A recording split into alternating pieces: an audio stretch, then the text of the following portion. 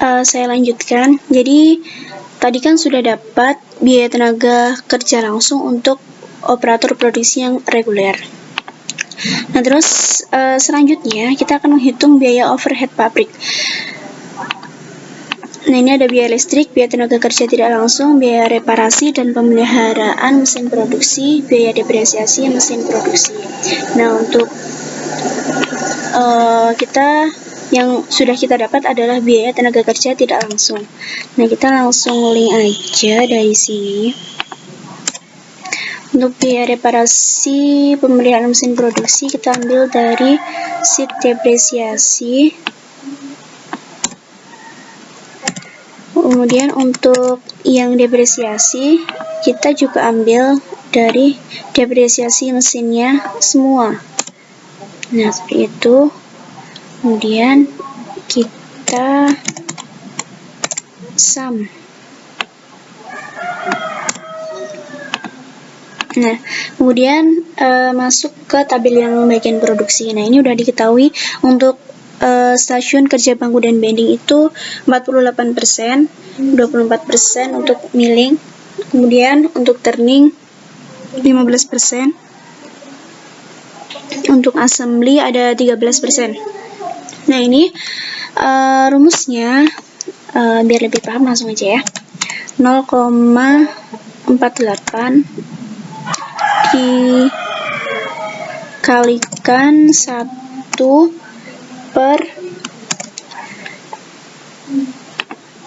output standarnya ini dibagi dengan jumlah hari kerja per bulan dikalikan dengan jumlah jam kerja per hari. Nah, seperti ini. Nah, untuk yang lainnya itu nanti rumusnya sama, tinggal diganti dengan presentase sesuai dengan stasiunnya masing-masing. Misalkan ini mesin milling itu 24%. Berarti ini tinggal diganti 24. Nah, begitu dengan yang lainnya menyesuaikan. Kemudian di sum. Nah, setelah ini dapat, kita bisa menghitung biaya listriknya. Nah, ini udah diketahui mesin-mesin apa yang menggunakan listrik dan data-data kuantitas KW, tarif per KWH-nya. Nah, untuk jam operasi per unitnya itu kita ngelink dari ini tadi. Misal mesin turning. Sini. Kemudian ini yang udah diketahui itu mesin milling. Nah, kita ngelink sini. Nah, demand-nya ini kita dapat dari unit produksinya.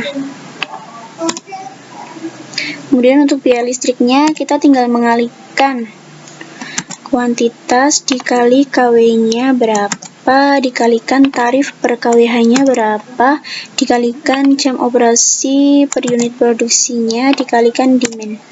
Nah, kemudian nanti ini di sum. Nah, biaya listrik di BOP ini nanti di link dari hasil akhir dari biaya listrik sini.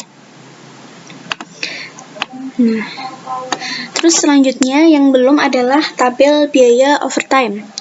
Nah, ini adalah berhubungan dengan output standar perusahaan seperti yang dibilang tadi. Overtime itu ada ketika demand historisnya, demand-nya itu melebihi output standar yang dapat diberikan perusahaan. Misalkan langsung aja ini bulan pertama. Bulan pertama itu permintaannya ada 115. Nah, perusahaan itu bisa memproduksi 120. Nah, berarti di sini tidak ada over demand. Berarti ini 0, ini 0.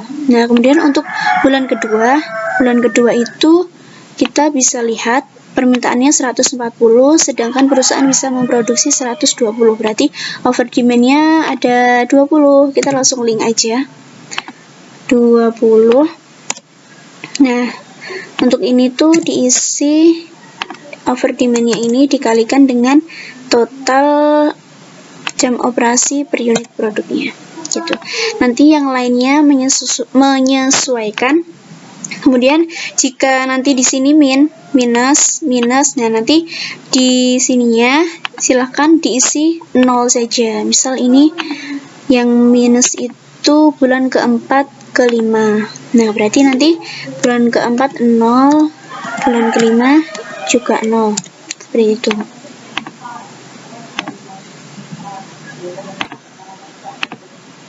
Nah, kemudian nanti di sini akan didapatkan total dari jam overtime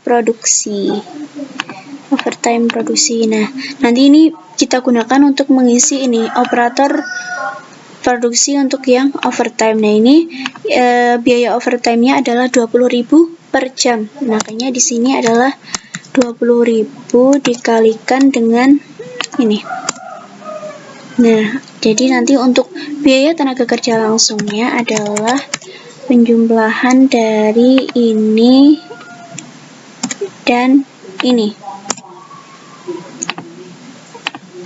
Nah, seperti itu. Selanjutnya adalah sheet harga pokok proses 1 stasiun. Nah, ini produk jadinya ini 0,43 dikali dengan unit produksinya tadi.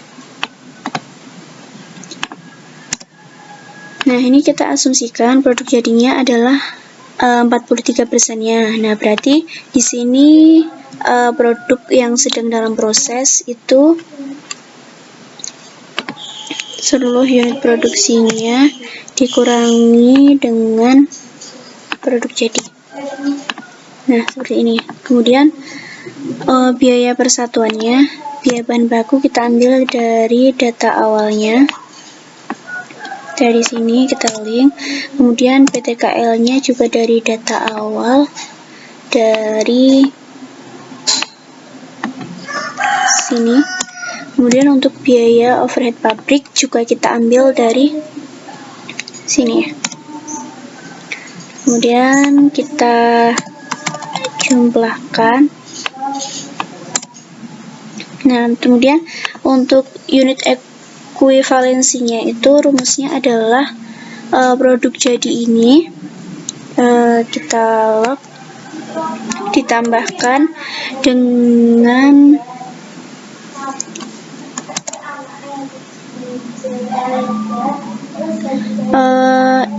produk yang masih dalam proses dikalikan dengan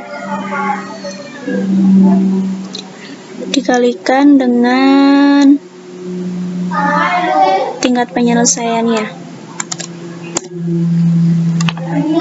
Nah, seperti ini.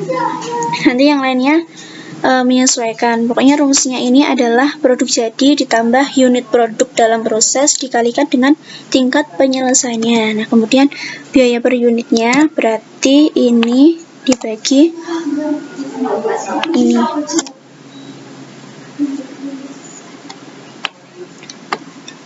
Seperti itu. Kemudian harga pokok produk jadi di sini kita isi total di sini dikalikan produk yang sudah jadi. Nah, untuk yang di sini itu rumusnya adalah presentasi produk dalam proses dikalikan unit tingkat penyelesaian dalam proses dikali biaya per unit. Nah, ini rumusnya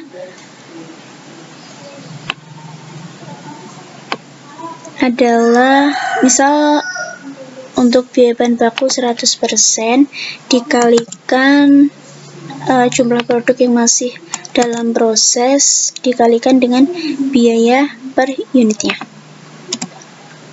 Nah, untuk yang lainnya sama seperti itu, sehingga nanti di sini adalah penjumlahan dari ini dan di sini adalah penjumlahan dari ini dan ini.